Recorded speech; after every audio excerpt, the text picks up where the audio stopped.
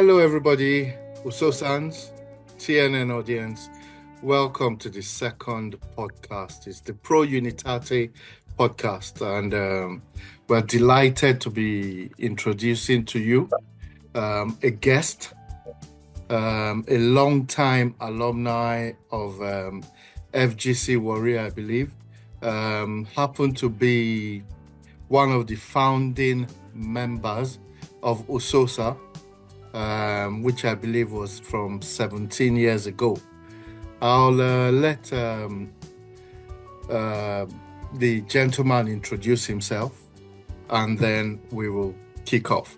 The floor is yours. As usual, Chioma will also be hosting with me. We'll let our honored guest introduce himself. The floor is yours, Mr. Dauda. All right. Thank you, David. Chioma, you're welcome as well. My name is Dauda Ilya, an alumnus of Federal Government College, Warri, class of 1979. So I entered in 1974. Wow.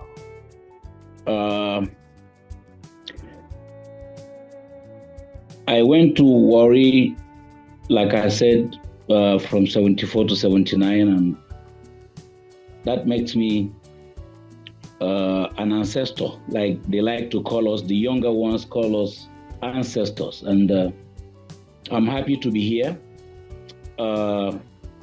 Yes, I am a founding member of the Unity Schools All Students Association, incorporated in 2007. Before then, it was called the PROUNITATE. When we tried to register that name, I think the Corporate Affairs Commission lexicon doesn't have that word, so their computers did not approve it, and they sent us back and forth to get another name. So that's how we ended with Unity Schools All Students Association, USOSA. Sometimes in 2007. USOSA has come a long way. I have had the honor and privilege to have been in the room when it started in 2006 as PROUNITATE. I was there when we dropped the Constitution and registered it in 2007 and held our first plenary and elections. And I'm also honored and privileged to have served as Secretary General of this great association from 2013 to 2015. And with that goes the privilege of being an ex-officio member of the EXCO for the next 2 years from 2016 to 2018. At that time, one could easily just walk, literally stroll through the park and contest for a position in USOSA, literally. But I have also had the privilege of having served my own alumni association, which is the Federal Government College in Warri All Students Association, otherwise known as FEGOCOWOSA. I have served in many capacities, in many branches, in Kano, in Lagos, and Abuja. And I was one time the national president, they call it global president of FEGOCOWOSA. I served in 2009 to 2011, which also went ahead to give me the privilege to sit on the board of trustees of FEGOCOWOSA. And today I sit on that board and also serve as the secretary to the board of trustees of FEGOCOWOSA. That briefly summarizes my service history and privilege of and honor of being a member of this great association. Thank you very much. Thank you so much for joining us. It's an honor. We know you're a busy gentleman. For those who don't actually know Dauda Ilea. As he said, is a former USOSA Secretary General. He's a founding member of USOSA. And as we go along, he's going to give us a lot of informed and detailed information in respect to the formation of USOSA. At the early stages of this podcast, we want to establish what USOSA is, why we have USOSA, and where USOSA is going. I'll let Chioma introduce herself and open the floor with the first question for Dauda Ilea. Thank you. Thank you, David. I'm always excited when we come to this podcast because I'm more excited today, actually, because having our living ancestor, Senior Dauda, here, it's like I've come to a history class, so I'm very prepared to take in everything that he has to say. So my name is Chioma anyway, and I am Publicity Secretary USOSA. And David has rightly said why we are here and why we've started this series of podcasts to inform and to make sure that everybody knows what the journey has been and what the journey is going forward. So I would, everybody says USOSA, everybody is excited when we talk about it, but I would like Senior Dauda to, tell us, what were you thinking of when you gathered in a room and decided that we need to start this thing? What does USOSA actually mean to you? What came to your mind or your minds when you thought of the formation? I'm sure that USOSAs would want to hear from you. Yes, thank you. Yes, what was on our minds? Now, it started sometimes in 2006. And like you all know, most organizations or most legacies, it did not start out to form an association.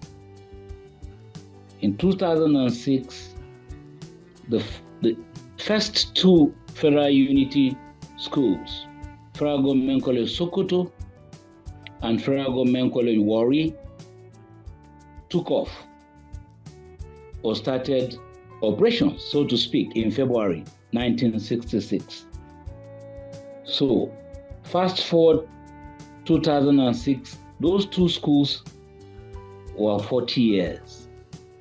So, there was one great visionary gentleman that goes by the name, may God bless his soul now because he's late, Mr. Albert Okumagba, an alumnus of Federal Government College Warri and King's College Lagos, floated an idea that 40 years is a long time in the life of any institution or organization or group of institutions. So he floated the idea, spoke to a few key alumni or old students, I would rather call, of these schools. Now, beyond Warri and Sokoto, of course, the second set of schools came on board after the 1967 to 70 Nigerian Civil War. Yakubu Gowon established his second set of Federal Unity colleges in 1973. So, in 2006, Albert, God bless his soul again, contacted a few old students of these schools, Warri, Sokoto, Kaduna, everywhere, Enugu, and said, come here, gentlemen, we're 40 years old, yes, you are not 40, but at least the first two. So let's use that as a benchmark. So that's how, in February 2006, Albert put together a group of friends. I remember people like Ine Akpabio, Akinambode, Mike Magaji, late Kevin Uchenabo, and a couple of other people in Abuja here, and said, look, let's look to celebrating our 40 years. February this year will be 40 years. This was early or late in January 2006. So we started to have conversations around celebrating 40 years of the Unity Colleges. That was it. So that's the seed that today we are celebrating as USOSA. But like I said, it was just the byline of our school badge that was the uniting force, PROUNITATE. So plans were put in place to have these celebrations in February. And we started on a high note by getting an appointment to have a breakfast meeting with the then head of state, President Olusegun Obasanjo, at the presidential villa. That was the beginning of the celebration of the 40 years of the Federal Unity Colleges. That breakfast meeting was held on the 23rd of February 2006 at the presidential villa. And the breakfast meeting put together, a credible and champions of the Nigerian private and public sector that went to the Federal Unity Colleges.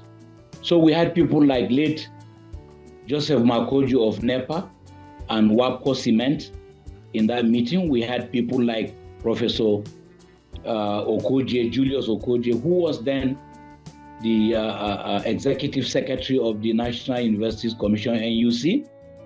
We had Ifweko Omoigui Okaro. She was Executive Chairman of Federal Inland Revenue. We had a host of people in private. Aigboje Imokode was the MD of Access Bank at that point. Mohamed Makarfi was the governor of Kaduna State. Donald Duke was the governor of Cross River State. So we had, it was a beautiful breakfast meeting we had in the presidential villa morning of February 23rd, 2006. And then we went on that same day to hold the first general meeting, or what we called then a plenary of PROUNITATE, because we didn't have USOSA at that point. So that held at Ladi Kwali Hall, Sheraton Hotel, that same 23rd of February. It was a grand event. It was well attended, in fact, beyond everybody's imagination. And it culminated, or it ended that evening with a grand ball and dinner still at the Ladi Kwali Hall of Sheraton Hotel. So that, in a nutshell, was the seeding, if you would, of the Unity Schools All Students Association, which then was called the PROUNITATE. Now, later in the course of this conversation, there are other additives and embellishments that I would want to add, and then transiting and becoming USOSA, as it were. Thank you. Chioma, you heard it there. The bit of history you were curious about, okay? Yeah. Founded out of celebrations of Federal Government College Sokoto and Federal Government College Warri. A series of meetings with the then President of the Federal Republic of Nigeria, attended by names that I did not even understand went to federal government colleges. I recognize one, the Ifweko Megwi.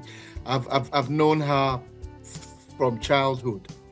However, it's interesting to see that people of like minds, a diversified group, because it's mentioned names from the north, the south, the east, coming together to celebrate Unity Schools. Very interesting. So, if you don't mind me calling you Dauda, in your opinion. Perfect. Let's drop this senior thing, please. Dauda, that's it. Thank you. In your opinion, is USOSA still on track with the ideas of the founding fathers? What was the idea that propelled it forward? What was the aim? What did you aim to achieve in founding this association? So yes, like I said, between the February 2006 event and May, June 2007, when it was formally registered, a lot of things had happened very rapidly in government and very rapidly about the Federal Unity Colleges themselves. On that 23rd of February, when we saw the president, the Minister of Education was Mrs. Chinwe Obaje. Chinwe Obaje went to Queen's College, Yaba, Lagos, herself, immediately after the war, before the war and finished after the war. And she gave her testimonies that morning. But time travel into 2007, she had been dropped as Minister of Education, and here was Obi Ezekwesili becoming the Minister of Education. And Obi, being the kind of person she is, data-driven, accountant, Transparency International background, quickly put together a team of consultants and looked at the ministry wholesome.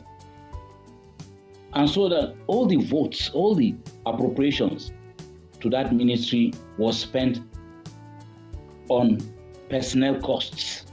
And she asked herself, are we an employment agency? No. We're here to drive policy and to ensure that the 104 Federal Unity Colleges served as a model for other states and organizations to follow. The federal ministry is not in the business of running secondary schools. So in truth, the Federal Unity Colleges are an aberration. They were to serve as models to help drive and deepen policy. So Ezekwesili quickly decided that, look, if this was how appropriations would be gone, paying directors, deputy directors, and all, she would not run a Federal Ministry of Education with that kind of structure. And quickly got the approval of the Federal Executive Council to reform this very quickly. And so what filtered out in the media was that they were going to sell the Federal Unity Colleges from those conversations at the Federal Executive Council and the kind of filtering that was going out to the media. So here was the turning point for PROUNITATE, for members of these Federal Unity Colleges. And suddenly, from a friendly breakfast meeting with the president, it became a combat for the survival of this school. We now quickly galvanized around that same group and team to say no. We needed to understand what Obi Ezekwesili and her team were doing. So that quickly now galvanized us again into, okay, so what do we do? Who are we after all? We are not even known legally. So people won't engage with us. So quickly the issue of putting together a constitution, having minutes of meetings, putting together a board of trustees, going to CAC, rapid fire to register Unity Schools All Students Association to now sit with government on the table. We sat as individuals, we sat as members, we sat as committees. Government doesn't recognize individuals. We were 104 schools at that time. So that was the birth of Unity Schools All Students Association. A shift in policy and some miscommunication from government galvanized us. We said, let us come together and fight. We cannot be here. We just saw the president less than a year ago, and suddenly he wants to sell the schools. That won't happen. So that was it. And we had these big guys in society. I mentioned a few of them. I can name some more. So we started to have our night meetings. We started to have our day meetings. And what do we do? How do we do? And that was it. We quickly got into the room and sat on the table. All the seminars and the meetings and the sensitizations carried out by OBS Ekwesili, Honorable Minister of Education, and her team had us in the room, by which time we had registered quickly as CSE. It was quick because we had the links, we had the contact, and we met the minimum requirements in any case. It wasn't a privilege. It was a matter of right, yes. So, as the policy was being driven, the communication became clearer. It dawned on us that it wasn't to be sold, but it was to be concessioned. So that in itself was a danger. Concession to whom? To the alumni associations, to faith-based organizations, to communities where these schools were situated, or to whom? To whom are you going to concession? On what basis? What's the criteria?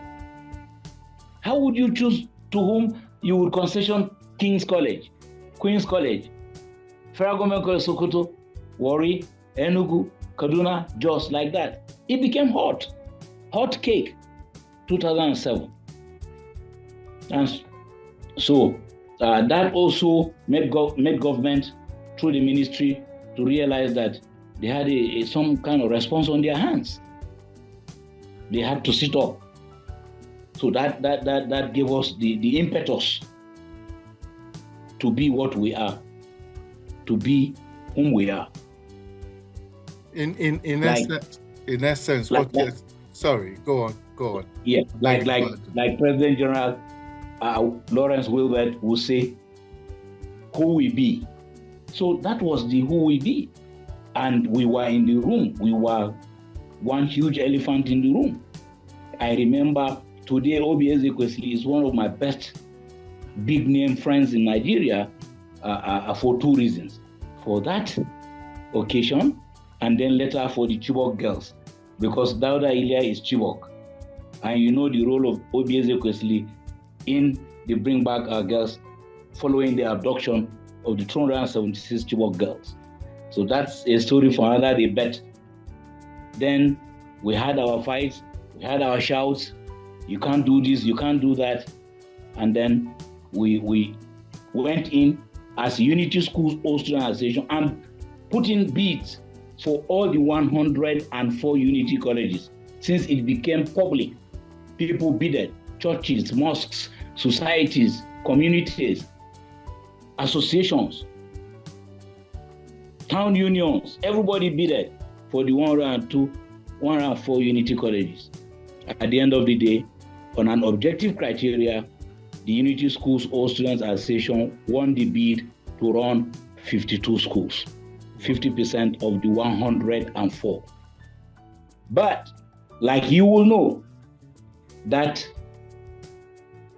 itself was an action in futility, because when Ezekwesili resigned her position and went to the IMF, or was it the World Bank now, that was the end of it.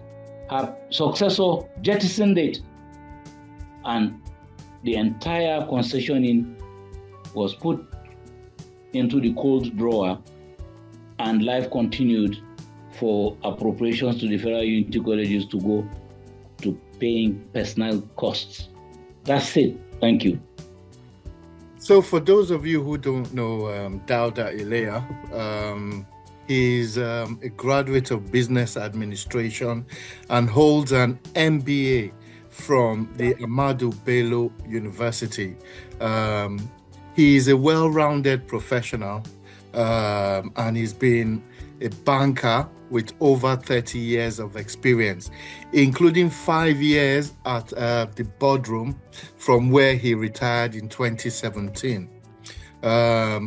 He is a member, a non-executive director and chairman board of credit committee. He now runs his own consultancy. It's called the DNI Consult, a multidisciplinary financial and management consultant firm. He is, of course, the managing consultant and CEO. So if you have management or consultancy problems, especially financial, USOSANs, you know who to look for. Look for Dauda Ilea. Interesting what you said about the Chibok kidnapping and the help you got from the former Minister of Education.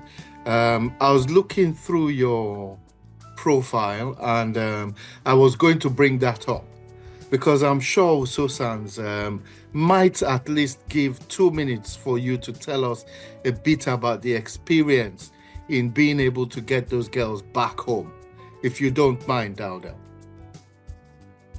Well, thank you, David, for your grace. I never thought anybody was going to ask me about this evening, but then again, that's life.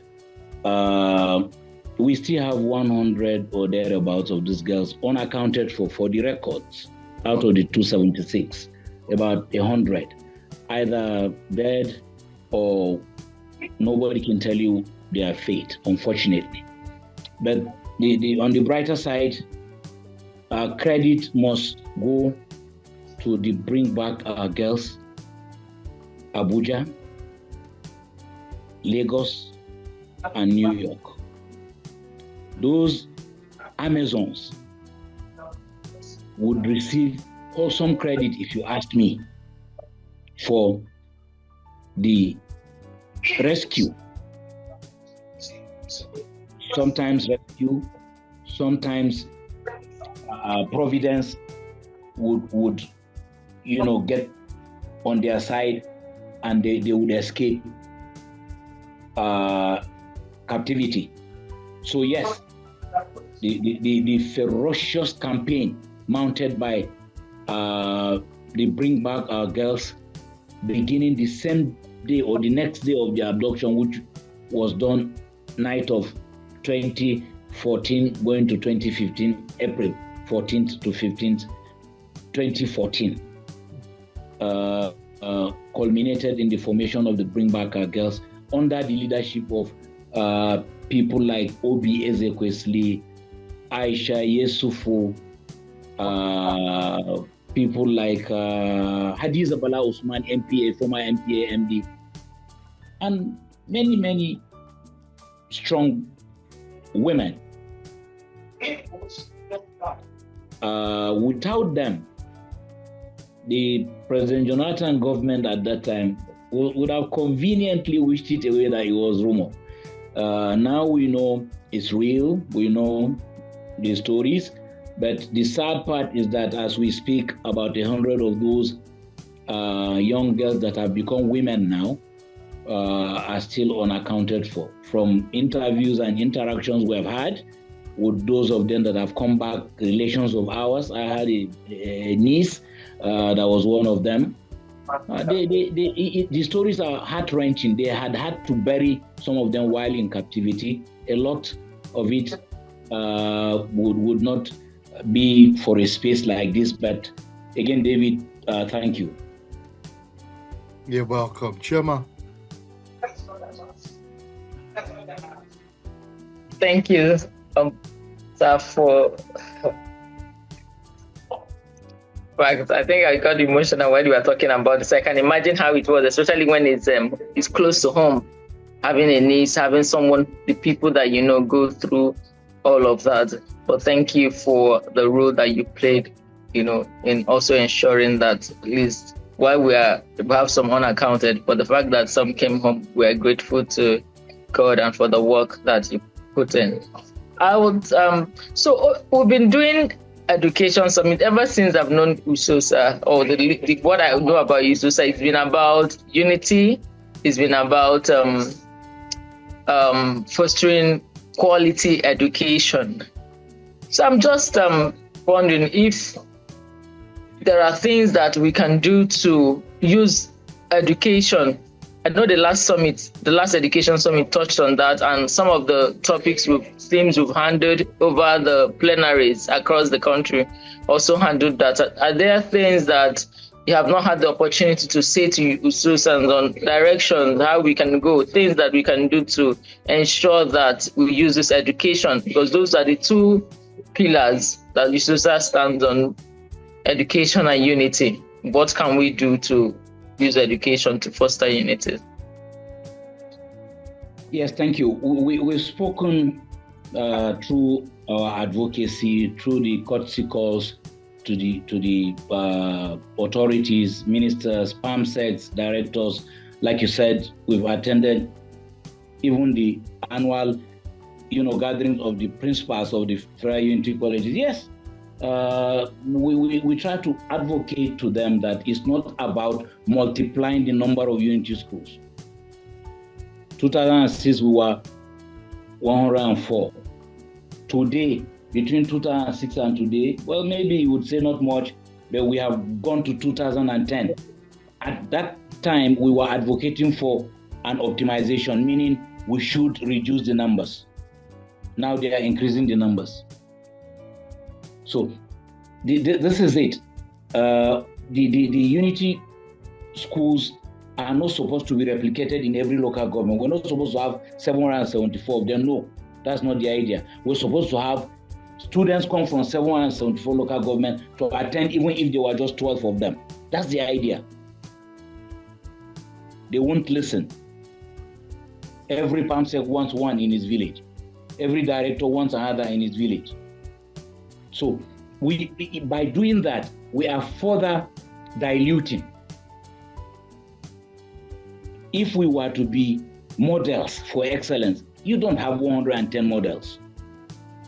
I thought we should have had maximum 36 models. I belonged to a committee we had in the history of USOSA where we looked at having them just 2 in the geopolitical zone. So 12, can you imagine? It got as little as that. So what we are trying to do is to reason with government and try to see that the Federal Ministry of Education is not in the business of establishing secondary schools. It is constitutionally the role of the states. They call it, it's not a dual legislature, I think it's single legislation. The Federal Unity Colleges are an exception to serve as a model to drive policy. If you want to experiment, you want to showcase, then you use the Federal Unity College. But we're not supposed to take that power from the states as a federal government. So we have struggled with this as USOSA over the years, and I think that struggle must continue so that we can achieve excellence. The modeling process can still work, and then we can ramp up support for the few, and budgetary allocations can face teaching and learning rather than personnel costs, what OBS Equesley kept hammering during her tour of duty. So if you ask me, this is the way to go in USOSA.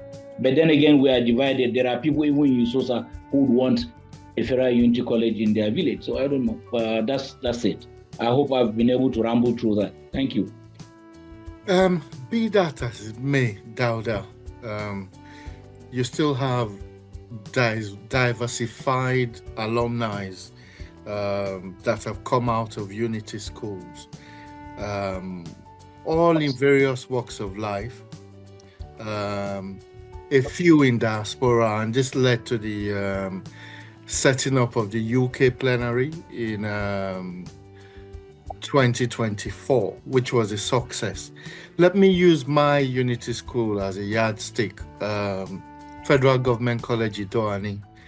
It took me a while to be able to convince only 5 or 6 Federal Government College Itoani alumni to attend the plenary in the UK. And it was only when they attended, they sort of now understood the value of what the Unity schools meant and the camaraderie that was going on in the room. My question to you is this: how do we engage the vast majority of USOSANs in diaspora who are not aware of the values? In actual fact, I wasn't aware of USOSA until 2020.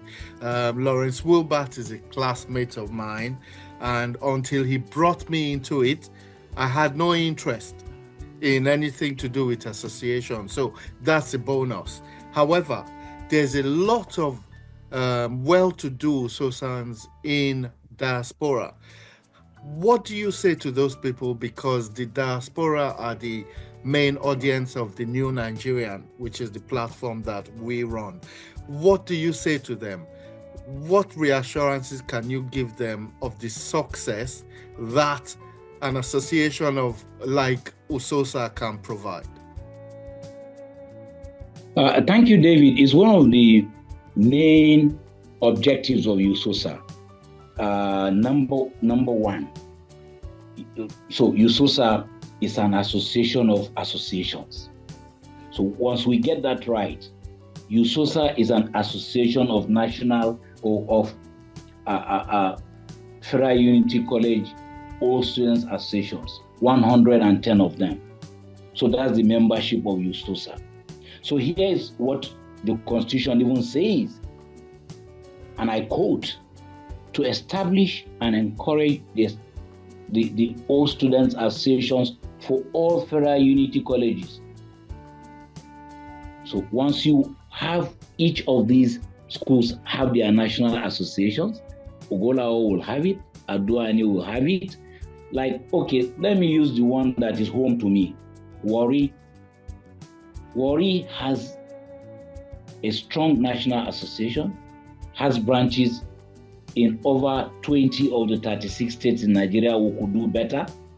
We have the UK, we have the North America, which combines the US and Canada. So once we advocate and engage along these lines, that's the track. Get every school to have a national association. Now, once those national associations are there, you can then drive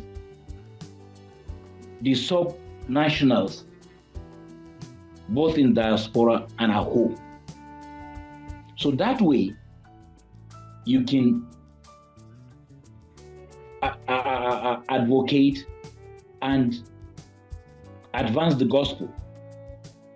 Now, while that is going on, in the past years, we have tried. You mentioned, again, President General Lawrence Wilbert.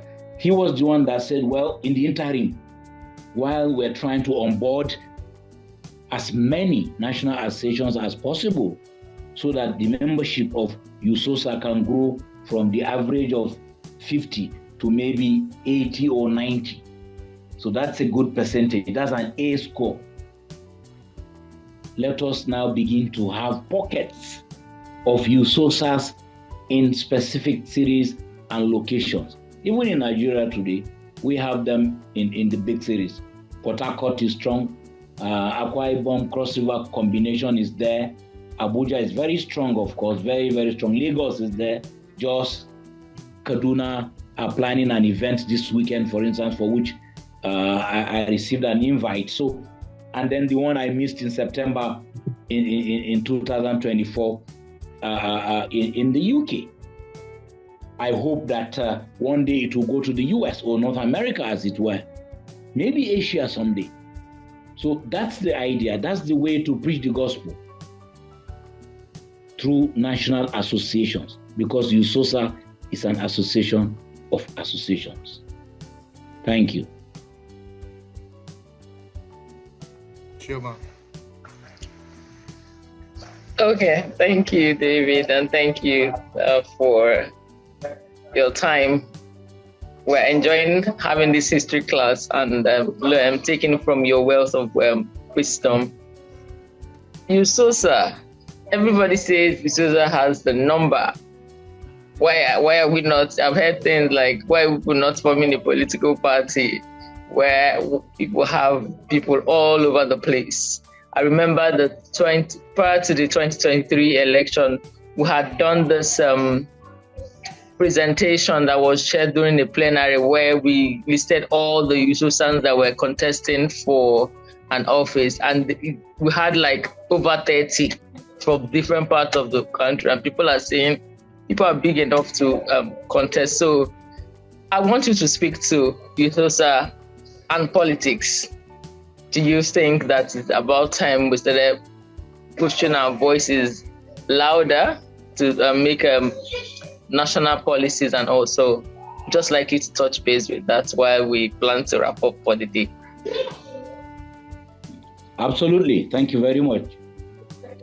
It's more than about time. I think it's past time we did that.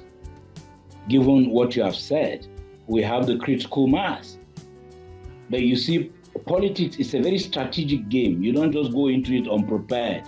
So we first and foremost, we have to sit together as USOSANs and strategize on how to enter national politics.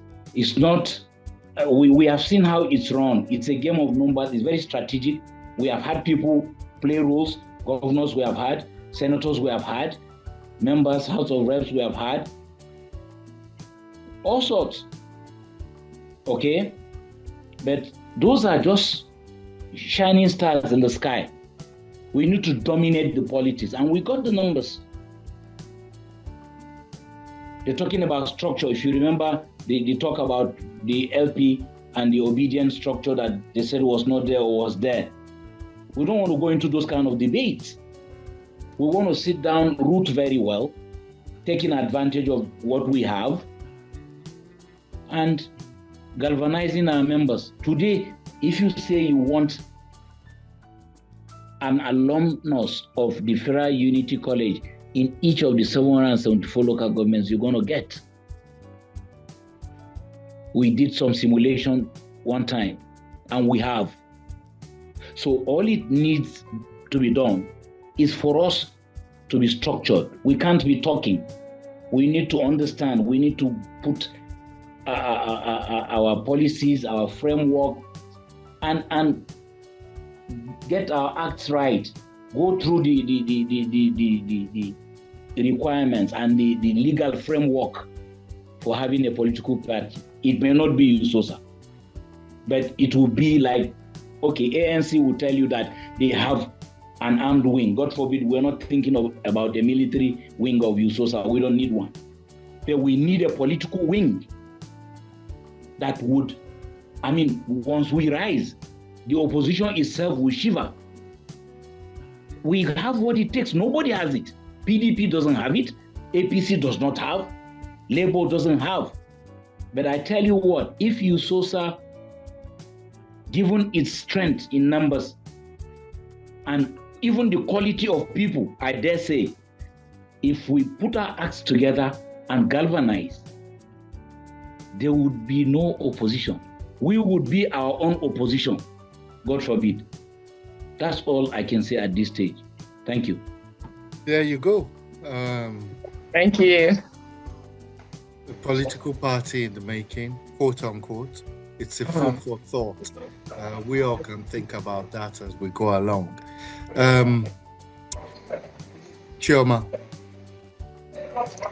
Yes, I think that we have kept him for some minutes, and it was worth it. Thank you so much, sir, for coming on this podcast, and we've taken away some, and I'm sure that when musicians will listen, everybody will be like, oh, that's how it started. So it's really a good time well spent this evening, and we thank you for joining us and making it worth the time. David. The podcast will, as usual, be on all our social media handles. You have the USOSA Facebook, YouTube, LinkedIn, Twitter, Instagram, just like you have the TNN, the New Nigerian Facebook page, the New Nigerian YouTube channel. When you visit these social handles, please don't forget to click the link.